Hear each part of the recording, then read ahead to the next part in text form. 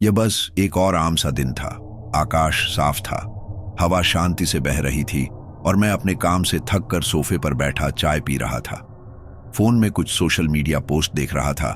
कुछ खास नहीं, किसी भी अजीब घटना की उम्मीद नहीं थी, लेकिन वह रात मेरे लिए कुछ खास साबित होने वाली थी। मेरा नाम आरव है और मैं एक छोटे से शहर में रहता हूँ, जो शहर से लगभग 1 घंटे की दूरी पर है। यहाँ की जिंदगी सादी और शांतिपूर्ण है, लेकिन उस रात मुझे ऐसी कॉल आई जो मेरे जीवन को हमेशा के लिए बदलने वाली थी। फोन की घंटी बजी। मैं नंबर नहीं पहचानता था, लेकिन यह असामान्य नहीं था। कई बार अनजान नंबर से कॉल आते हैं जो ज्यादातर स्पैम या टेलीमार्केटिंग के होते हैं।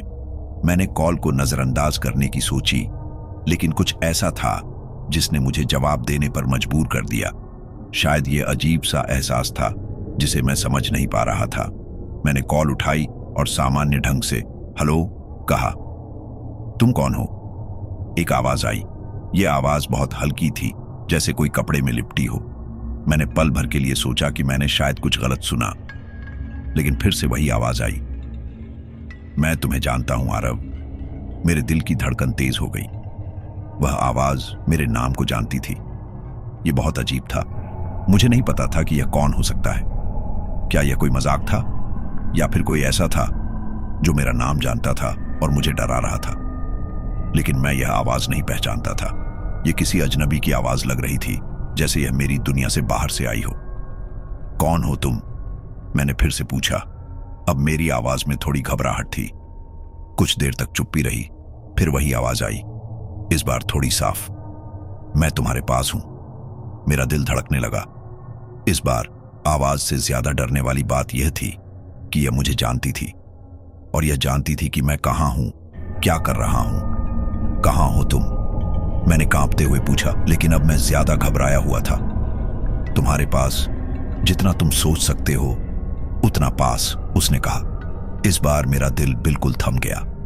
मेरा हाथ कांपने लगा और मैं बस फोन की स्क्रीन को घूरता रहा। तभी वह कॉल अचानक कट गई। जैसे ही कॉल कटी, मेरे हाथ में फोन कसकर पकड़ा हुआ था और दिल में सिहरन दौड़ रही थी। मुझे समझ नहीं आ रहा था कि क्या हो रहा था।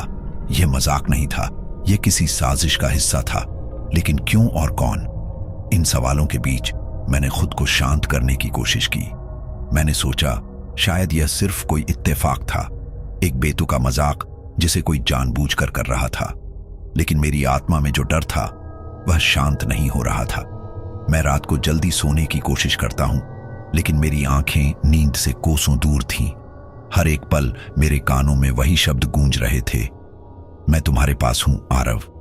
मैं कभी बाईं तो कभी दाएं देखता, जैसे कोई मुझे देख रहा हो, लेकिन कमरे में कोई नहीं था। हवा भी जैसे थम सी गई थी। वह रात मेरे लिए सामान्य नहीं थी। सारे विचार मेरे दिमाग में चल रहे थे, लेकिन सबसे बड़ा सवाल यही था, वह कौन था? उस रात के बाद कुछ हफ्तों तक सब कुछ सामान्य रहा। मैंने खुद को समझाया कि शायद वह कोई मजाक था, या फिर हो सकता है कि किसी ने मेरा नंबर गलत समझा हो। लेकिन अंदर से एक अजीब सा डर था जो शांत नहीं हो रहा था। मुझे हर दिन उस अजनबी कॉल की याद आती और मैं सोचता कि आखिर वह कौन था जिसने मुझे इतना घबराया। लेकिन फिर एक और कॉल आई। ये कॉल पहले वाली की तरह अनजान नंबर से थी, लेकिन अब मैं और भी डरने लगा था। मैंने फोन उठाया, लेकिन इस बार मेरा मन एक अजीब सी घबराहट से भरा हुआ था। हेलो, मैंने थोड़ा डरते हुए कहा, और फोन के स्पीकर से एक हल्की सी सांस सुनाई दी। फिर वही आवाज आई, तुम मुझे भूल नहीं सकते आरव। मेरे चेहरे का रंग उड़ गया। वही आवाज, वही अजनबी जो मुझे पहले कॉल में घबराहट में डाल चुका था। दिल में एक ठंडी लहर दौड़ गई। मुझे समझ में नहीं आ रहा था कि वह मुझसे क्या चाहता था। तुम कौन हो? मैंने फिर से पूछा। इस बार मेरी आवाज कांप रही थी। मैं तुम्हारे पास हूं, तुम्हारे आसपास, उसने कहा, और फिर फोन की लाइन कट गई। इस बार मैंने कुछ और नहीं किया। फोन रख दिया और दीवार से पीठ टिकाकर बैठ गया। दिल की धड़कन इतनी तेज हो रही थी कि मुझे लगा कि यह किसी भी समय मेरे गले से बाहर निकल सकती है। मेरी आंखें पूरी रात खुली रहीं। मुझे कुछ समझ में नहीं आ रहा था, लेकिन एक बात थी, मैं डर के साए में था। मुझे यह समझ में नहीं आ रहा था कि वह अजनबी मेरे साथ क्या कर रहा था और क्यों। अगली सुबह जैसे ही मैं अपनी दवाइयों का पैक तैयार कर रहा था, मुझे अपने बैग में कुछ अजीब सी खड़खड़ाहट सुनाई दी। मैंने बैग खोला और देखा कि अंदर की सारी चीजें बेतरतीब पड़ी थीं। मेरी किताबें, मेरे पेन और एक फोटो फ्रेम भी उल्टा पड़ा था। यह देखकर मुझे और भी अजीब लगा। मुझे यकीन था कि मैंने रात को सभी चीजें सही से रखी थीं, लेकिन यह सब गड़बड़ क्यों हो रहा था? मैंने सोचा शायद यह किसी की शरारत हो, लेकिन गहरे अंदर मुझे यह भी लगा कि यह शरारत नहीं थी, यह कुछ और था, कुछ जो मेरे समझ से बाहर था। दिन गुजरे और वही डर लगातार मेरे अंदर बैठता गया। हर वक्त मुझे लगता जैसे कोई मेरे पास है। एक दिन जब मैं काम से वापस लौट रहा था तो रास्ते में मैंने देखा कि कुछ लोग खड़े हुए थे और मेरी ओर देख रहे थे। मुझे कोई खास फर्क नहीं पड़ा, लेकिन तभी एक आदमी अचानक मेरे पास आया और बोला, तुम्हें किसी ने फोन किया था ना? मैं थोड़ा चौंका और बोला, कौन? वही आवाज जो रात को तुम्हें कॉल करती है। तुम्हारी आवाज को मैं पहचान सकता हूं, तुम वही हो ना? अब मेरी धड़कन तेज हो गई। मुझे समझ में नहीं आया कि यह आदमी मुझसे कैसे जानता था। तुम कौन हो? मैंने घबराते हुए पूछा। वह आदमी सिर झुकाकर कहने लगा, तुम अकेले नहीं हो आरव, हम सबका पीछा किया जाता है। वह जो फोन करता है वह अकेला नहीं है। मेरे मुंह से कोई शब्द नहीं निकला। मैं बस उस आदमी की बातें सुनता रहा, जबकि मेरे दिल में सवालों की एक लहर दौड़ रही थी। वह आदमी मुझसे कुछ और बोलने ही वाला था, लेकिन तभी अचानक उसे दर्द की एक चीख सुनाई दी और वह वहां से भाग खड़ा हुआ।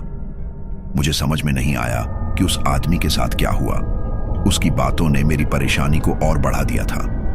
मैं घर वापस लौटते हुए बार बार सोचता रहा कि वह आदमी कौन था और वह क्या जानता था, और वह अजनबी कॉल करने वाला, वह कौन था? उस रात मैंने सोचा था कि शायद मुझे उस कॉल से बाहर निकलने का कोई तरीका मिलेगा, लेकिन वो कॉल फिर आई। वही अजनबी आवाज, तुमने जान लिया आरव, तुम नहीं भाग सकते, मैं तुम्हारे पास हूं और तुमसे मिलने का समय नजदीक है। मेरे गले में सांस अटक गई। यह कॉल अब सिर्फ एक डरावनी धमकी बन चुकी थी, और अब मुझे पूरी तरह से यकीन हो गया था कि यह सिर्फ एक शरारत नहीं थी, यह एक खतरनाक खेल था जिसे मैं खेलने के लिए मजबूर था।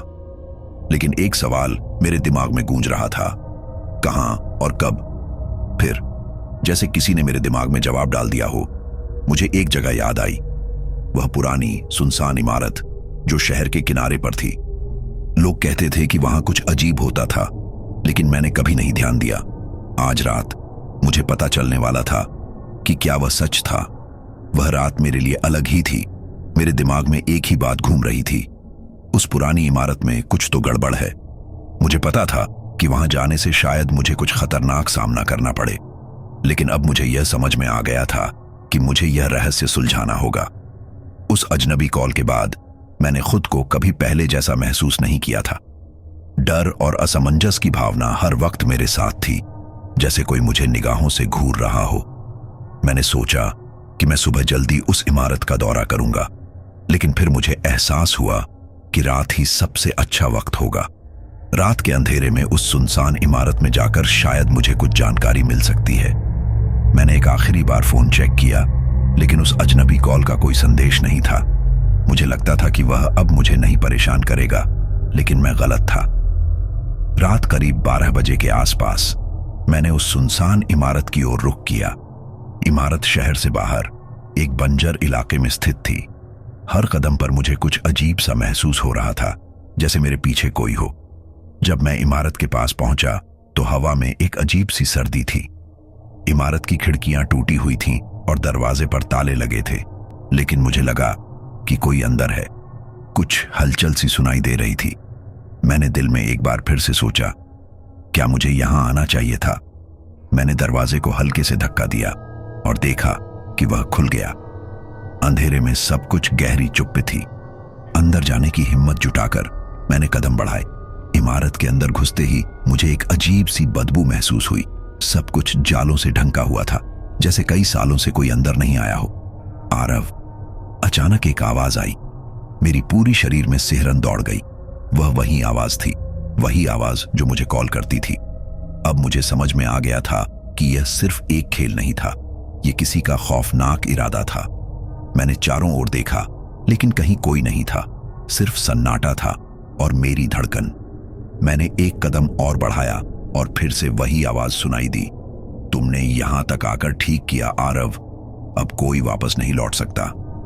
मेरे होंठ सिले हुए थे, लेकिन मेरे शरीर ने जवाब दिया। मैंने कदम पीछे खींचने की कोशिश की, लेकिन जैसे ही मैं मुड़ा, दरवाजा बंद हो गया। अब मैं अंदर था और बाहर निकलने का कोई रास्ता नहीं था। मैंने खुद से कहा कि यह सब एक बुरा सपना है। मैंने दोबारा दरवाजे की तरफ देखा, लेकिन कोई रास्ता नहीं था। मेरा दिमाग और दिल दोनों तेजी से दौड़ रहे थे। मुझे यहां कुछ खोजने का मौका मिल चुका था, लेकिन क्या वह सच में वह मुझे ढूंढने आया था? क्या वह मुझे मारने आएगा? मैं घबराया हुआ था, लेकिन मुझे कदम पीछे खींचने का वक्त नहीं था। इमारत के अंदर अंधेरे में मुझे किसी के हल्के कदमों की आवाज सुनाई दी। यह आवाज मेरे दिल की धड़कन को और तेज कर रही थी। फिर एक कमरे से अचानक एक साया निकला। वह किसी इंसान का साया था, लेकिन एक रहस्यमय और डरावनी उपस्थिति से भरा हुआ। तुमसे मिलने का समय आ गया है आरव। यह वही आवाज थी, वही आवाज जिसने मुझे इतना परेशान किया था। मेरी सांसें रुक सी गईं। उस साए से धीरे धीरे एक शख्स बाहर आया, जिसकी आंखों में अजीब सा चिपचिपा और खौफनाक जोश था। वह मेरी ओर बढ़ते हुए कहा, अब तुम जान पाओगे कि मैं कौन हूं। यह वह पल था जब मैंने समझा कि यह सब कुछ किसी बहुत बड़े खेल का हिस्सा था। वह शख्स जो मेरे सामने था, वह कोई और नहीं बल्कि वही था जो मुझे रातों रात कॉल करके डराता था। वह मेरे पास आकर बोला, तुम मेरे साथ खेले हो, अब तुम जानोगे कि तुम्हारे साथ क्या होगा। यह शब्द उसके मुंह से ऐसे निकल रहे थे जैसे किसी जानवर के मुंह से निकलते हैं। वह आदमी मेरे करीब आया और अचानक उसने मेरी ओर हाथ बढ़ाया। मुझे लगा जैसे मेरी हड्डियां टूट रही हैं और मेरी आंखों के सामने अंधेरा छाने लगा। जैसे ही उसकी उंगलियां मेरे कंधे पर पड़ी, मेरी आंखों में सब कुछ धुंधला हो गया। मेरी दुनिया को जैसे कोई पल भर में सिला गया हो। मैं घबराया हुआ था और मेरी आवाज जैसे मेरे अंदर ही दबी हुई थी। मैंने किसी तरह खुद को खींचा और एक कदम पीछे हटने की कोशिश की, लेकिन फिर जो हुआ वह एक बुरा सपना साबित हुआ। मुझे उसकी घिनौनी हंसी सुनाई दी। तुमने कभी नहीं सोचा था कि यह सब इतना डरावना होगा, है ना? उसने कहा। मैं सिर्फ एक बार फिर से पीछे मुड़ा, लेकिन इससे पहले कि मैं और कुछ कर पाता, मुझे एक तेज चीख सुनाई दी। वह चीख मेरे दिल में गूंज रही थी और अचानक मेरी आंखें खुल गईं। लेकिन मैं अब उस इमारत में नहीं था। मैं अपनी आंखों से देख रहा था कि मैं अपने कमरे में लेटा था और मेरा शरीर पसीने से भीगा हुआ था। मैंने सोचा, क्या यह सब सच था? लेकिन तभी मेरे फोन पर एक और कॉल आई। वह अजनबी कॉल थी और उस पर वही आवाज थी, तुम नहीं भाग सकते आरव, हम यहां हैं। अब मुझे यह समझ में आ गया था कि यह सिर्फ एक खेल नहीं था, यह एक खौफनाक हकीकत बन चुकी थी। यह सब एक बुरा सपना नहीं था। मुझे यह महसूस हुआ कि जो भी हो रहा था वह बिल्कुल असली था। अजनबी कॉल सुनी थी तो एक पल के लिए लगा कि यह सब सिर्फ मेरी कल्पना है, लेकिन अब मैं जान चुका था कि यह सब मेरी जिंदगी का हिस्सा बन चुका था। उस रात के बाद मैं चैन से सो नहीं पाया। बार बार मुझे वही आवाजें सुनाई देती थी, वही डरावना साया मुझे अपनी तरफ खींचता था। फिर एक दिन मुझे एक और कॉल आई। इस बार वह आवाज और भी ज्यादा डरावनी थी। तुमने अब तक जो किया उसका बदला तो तुम्हें चुकाना ही होगा, अब तुम्हारा पीछा नहीं छोड़ेंगे। कॉल पर वह आवाज गहरी और खौफनाक थी, जैसे वह मेरे पास ही खड़ी हो। मैंने कॉल काट दी, लेकिन मेरा दिल बुरी तरह से धड़क रहा था। मुझे समझ में आ गया कि यह अब कोई साधारण डर नहीं था, यह मेरे साथ हो रहा था और मुझे इसका कोई रास्ता नहीं मिल रहा था। उस रात मैंने फैसला किया कि मुझे इस रहस्य को सुलझाना होगा। मुझे जाना होगा उस पुरानी इमारत में, क्योंकि यही एकमात्र रास्ता था जिससे मैं इस खौफ से बाहर निकल सकता था। लेकिन अब मुझे यह समझ में आ रहा था कि मैं अकेला नहीं था और न ही मैं इस अकेलेपन में सुरक्षित था। मेरे साथ कुछ और था जो मुझे कभी नहीं छोड़ने वाला था। मैंने पूरी तैयारी की और फिर से उस इमारत की ओर बढ़ा। रास्ते में मुझे वही अजनबी कॉल फिर से आई। इस बार उसने कुछ और कहा, तुम यहां तक आए हो तो अब कोई वापस नहीं लौटेगा, तुम तो एक दिन हमारे हाथों में होंगे। मैंने फोन को जोर से फेंका, लेकिन इसका असर नहीं हुआ। कॉल खत्म हो चुकी थी। लेकिन डर अब भी मेरे साथ था। इमारत के पास पहुंचते ही मुझे महसूस हुआ कि कुछ बहुत ही अजीब हो रहा है। उस रात का अंधेरा और भी गहरा हो चुका था। हवा में ठंडक थी और इमारत के भीतर से कुछ अजीब सा ध्वनि आ रही थी, जैसे कोई गहरे में चीख रहा हो। मैं रुका नहीं और सीधे उस इमारत में घुस गया। एक बार फिर से वही भूतिया एहसास मेरे भीतर दौड़ने लगा। अंदर की हवा इतनी सर्द थी कि जैसे मेरी हड्डियां भी जमा जा रही हों। मैंने कमरे का दरवाजा खोला और अंदर दाखिल हुआ, लेकिन इस बार अंदर कुछ और था। कमरे के बीचों बीच एक खड़ी तस्वीर लटकी हुई थी। तस्वीर में एक चेहरा था जो मुझे घूर रहा था। वह चेहरा मुझे अजनबी कॉल की आवाज से बिल्कुल मेल खा रहा था। तस्वीर में उस व्यक्ति की आंखें जैसे मेरे अंदर तक देख रही थीं। तभी अचानक मुझे फिर से वही आवाज सुनाई दी। तुमने तो कभी नहीं सोचा था कि यह सब तुमसे हुआ है ना? वह आवाज अब मेरी नसों में समा चुकी थी। मैंने कांपते हुए आंखें बंद की और जब मैंने उन्हें खोला तो मुझे सामने वह शख्स खड़ा हुआ दिखा। वह वही व्यक्ति था, वह वही साया। तुम्हें हर कदम का हिसाब देना होगा आरव, उसने कहा, और उसके बाद उसने हाथ बढ़ाया। जैसे ही उसका हाथ मेरे कंधे पर आया, मैंने महसूस किया कि वह एक ठंडे हाथों से मुझे जकड़ रहा था। मेरी सांसें रुक गईं। मैं यह समझ नहीं पा रहा था कि वह क्या कर रहा था। अचानक मेरे पास से कुछ चीजें गिरने की आवाजें आईं, जैसे पूरा कमरा हिल रहा हो। यह सब सिर्फ तुम्हारे लिए नहीं, यह मेरे लिए भी एक खेल है, वह व्यक्ति हंसी में बोला। मुझे अब समझ में आ रहा था कि यह कुछ और नहीं बल्कि एक खौफनाक खेल था और मैं उसका हिस्सा बन चुका था। मुझे पूरा यकीन हो गया था कि वह आदमी जो मेरे सामने खड़ा था वह किसी भूतिया शक्ति का हिस्सा था। वह सिर्फ एक आदमी नहीं था बल्कि वह उस जगह का एक भाग बन चुका था। मुझे लगा कि वह मुझे अब कभी भी छोड़ने वाला नहीं था। उसकी आंखें जलती हुई थीं और उसकी मुस्कान में ऐसा कुछ था जो मेरे भीतर एक गहरी दरार बना गया। मुझे एक पल के लिए याद आया कि एक दिन मेरी मां ने मुझे बताया था कि कुछ स्थानों पर कुछ लोग समय से पहले अपने जीवन को खत्म कर देते हैं, लेकिन जब उनका शरीर खत्म होता है तो उनकी आत्माएं वहीं बसी रहती है, उस जगह पर। क्या वही कुछ इस इमारत में हो रहा था? क्या यह सब उस व्यक्ति की आत्मा का खौफ था? वह व्यक्ति फिर मेरे पास आया और बोला, तुम्हें अब समझ में आ गया है ना? तुम अब एक हिस्सा हो इस खेल का। अब तुमने जो शुरू किया है वह कभी खत्म नहीं होगा। मेरे दिमाग में यह सवाल उठने लगा था कि क्या मैं कभी इस नरक से बाहर निकल पाऊंगा, और अगर नहीं तो फिर क्या होगा? क्या मैं हमेशा के लिए इस भूतिया जगह का हिस्सा बन जाऊंगा? इसी सोच में मेरे फोन की स्क्रीन पर एक और कॉल आई। वह वही अजनबी कॉल थी, लेकिन इस बार उस पर एक नया संदेश था। संदेश में लिखा था, अब तुम जान चुके हो कि तुम मेरे लिए क्या हो, अब इसका अंत देखो। इस बार मुझे समझ में आ गया कि अब मेरे पास कोई रास्ता नहीं बचा। यह सब सच था और मैं बस एक मोहरा था इस खौफनाक खेल का। क्या यह सब खत्म हो गया था या यह सिर्फ शुरुआत थी? वह अजनबी कॉल फिर से आई थी। इस बार आवाज में एक अजीब सी सर्दी थी, जैसे किसी ठंडी हवा के झोंके में कोई फुसफुसा रहा हो। फोन पर उस आदमी की आवाज फिर से सुनाई दी, तुम मेरे पास आ चुके हो, अब तुम्हें मेरी शर्तें माननी होंगी। मेरी रूह कांप उठी, लेकिन अब कोई रास्ता नहीं था। मुझे समझ आ गया था कि मैं इस रहस्य से बाहर नहीं निकल सकता था। लेकिन क्या सच में मैं कभी बाहर नहीं निकल पाऊंगा? क्या यह सब सच्चा था या फिर मैं किसी खौफनाक खेल का शिकार हो चुका था? मेरे दिमाग में कई सवाल थे, लेकिन अब हर सवाल का जवाब एक ही था, डर। मैं जहां खड़ा था वहां से मुझे कोई रास्ता नहीं दिख रहा था। उसी पल मैंने महसूस किया कि मैं इस खौफनाक सच्चाई से भाग नहीं सकता। उस रहस्यमय व्यक्ति के शब्दों ने मेरी आत्मा तक को हिला दिया था। तुमने मेरे साथ जो किया उसकी कीमत अब चुकानी होगी, वह बोले, और उसकी आवाज में गहरी खौफनाक ठंडक थी। मैंने मोबाइल हाथ में लिया और फिर से कॉल को काटने की कोशिश की, लेकिन यह कॉल किसी भी हालत में कट नहीं रही थी। मेरी सारी उम्मीदें टूट चुकी थी। मुझे लगा शायद अब मैं उस अजनबी व्यक्ति के जाल में फंस चुका था। अब मुझे उस जगह की सच्चाई का एहसास हो रहा था। ये कोई सामान्य इमारत नहीं थी, ये जगह उस आदमी की आत्मा से बसी हुई थी, और मुझे पूरी तरह से उसका शिकार बना लिया गया था। कमरे की दीवारों पर खून के धब्बे और उन धब्बों से निकलती हुई चीखें जैसे मेरे कानों में गूंज रही थीं।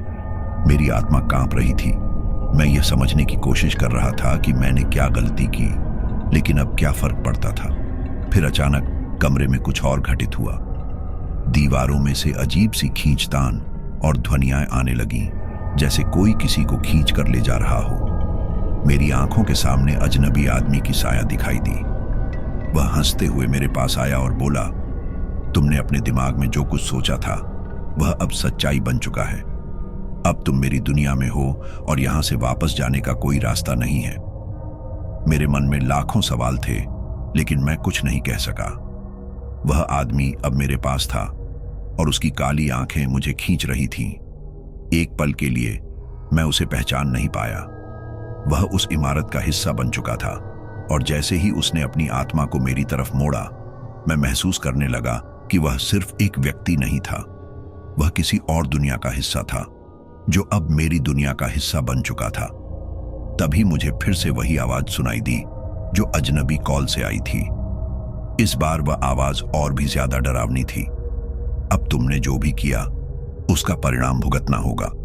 तुम नहीं जान सकते कि इस दुनिया में कितनी ताकतें छिपी हुई हैं।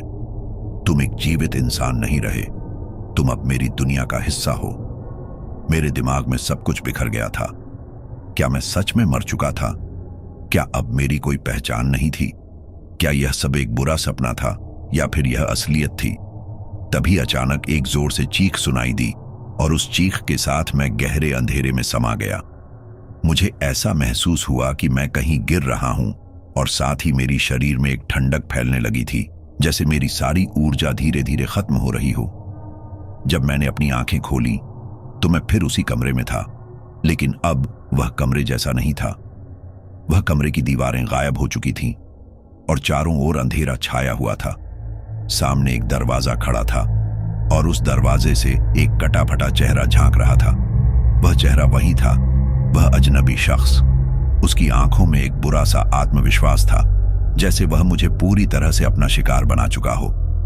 मैंने डरते हुए उस दरवाजे की तरफ बढ़ने की कोशिश की, लेकिन मेरे पैर जैसे जकड़े हुए थे। अचानक मेरे सामने एक अजीब सी रोशनी चमकी और उस रोशनी के बीच से वही अजनबी आदमी फिर से बाहर आया। उसने कहा, अब तुम समझ गए हो ना? तुम मेरे खेल का हिस्सा बन चुके हो। अब कभी भी इस दुनिया से बाहर नहीं जा सकोगे। मेरे शरीर में सिहरन दौड़ गई। वह अब मेरे पास था और वह अब मुझे छोड़ने वाला नहीं था। मैंने एक आखिरी बार पलटकर दरवाजे की तरफ देखा, लेकिन दरवाजा अब बंद हो चुका था।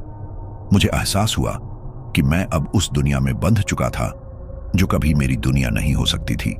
यही था वह खौफनाक सत्य। अब मैं उस अजनबी का हिस्सा बन चुका था और जो भी हुआ था वह हमेशा मेरे साथ रहेगा। उस दिन से मैंने कभी न कभी उस रहस्य को सुलझाने की कोशिश नहीं की और शायद यही वह सच था जिसे मैं कभी न जान पाऊं। किसी भी डर से भागना अब शायद मुमकिन नहीं था।